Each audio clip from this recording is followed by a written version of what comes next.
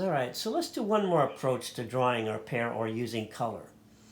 What I can do is I can actually start to give my paper some color before I start my drawing. So I could take, if I want to brighten it up, I could take some, for example, this sort of yellow. I could do that. Or I could add to that maybe a little bit of this sort of a terracotta or burnt sienna color. All right. And then, I'll look at that, see if I like it. And let's say I do, then I'll take my chamois and I'll work that into the paper a little bit like this.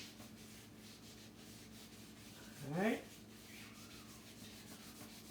And then I'll do my drawing of our pear on top of that. Get a couple circles for the pear. Just using a B pencil, a soft graphite pencil. All right. And then I can come in with my colors. Now I also could do this. I could continue with this idea and create an call it an underpainting, but a description of the pear using a color, one that complements the green of the pear, for example. Right. There we go, and then there's a nice shadow here. Using red, again, the complement of the green, the local color. And then I can come in with my local color together with either of these choices. So I'll start with the local color.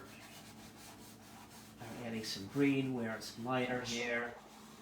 And that red then, along with my color that I put on the paper, will create a whole other feel or result. You can go out and buy pastel paper that has different colors. That's not a problem. That's, something you can do. So you take some blue here, maybe I'll put a little more green. And then, like we did here, using value to make that pear look more three-dimensional.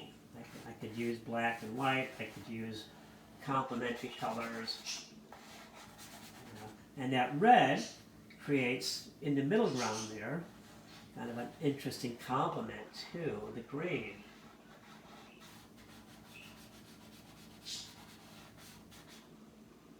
Now it's rather flat at this point. What I need to do is make it more three-dimensional by introducing a wider range of value here.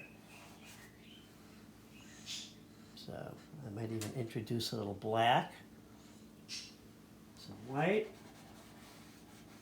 So I'm just throwing everything into the mix here.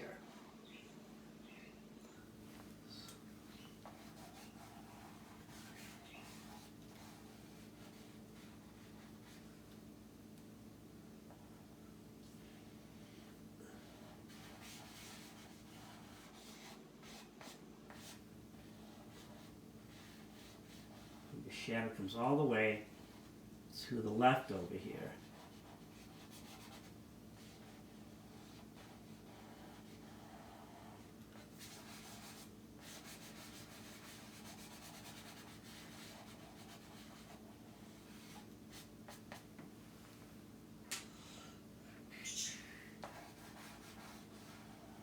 This one I'm having a little more fun with, as I'm really not paying attention to a particular strategy, but just sort of throwing some colors up here, seeing what works, what's interesting. Oh, I'm going to take a little bit of violet here. Haven't used that yet.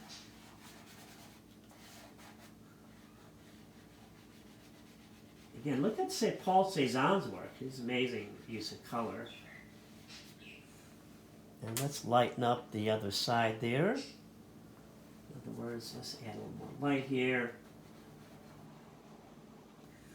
All right, and I forgot my stem. So I started out with adding a little bit of color to the paper first. right? And then from there, I did a little I put a complementary, because I have a green pear, I put some red there. And I can even come in here behind a pear, add some lighter values. Let's say I want to make a background foreground. What I can do is put some white in there, lighten things up. That's kind of interesting. I like that. And then create a cooler background by using some of my blue. Let's just say there's a horizon line through here, the edge of the back edge of the table. A little more context. Here it's just the white of the paper around my other pears, but here we're make this much. I like to use the word juicy, throwing more color into it, playing around with the whole background, foreground, more looser use of color. Alright, there we go. So there you go. There's another approach to using color. Alright? Alright, so you're going to try this. I'll be doing a little demo in class for you, and then we'll talk more. I'll talk more specifically about the assignment for this particular project. Alright, thank you.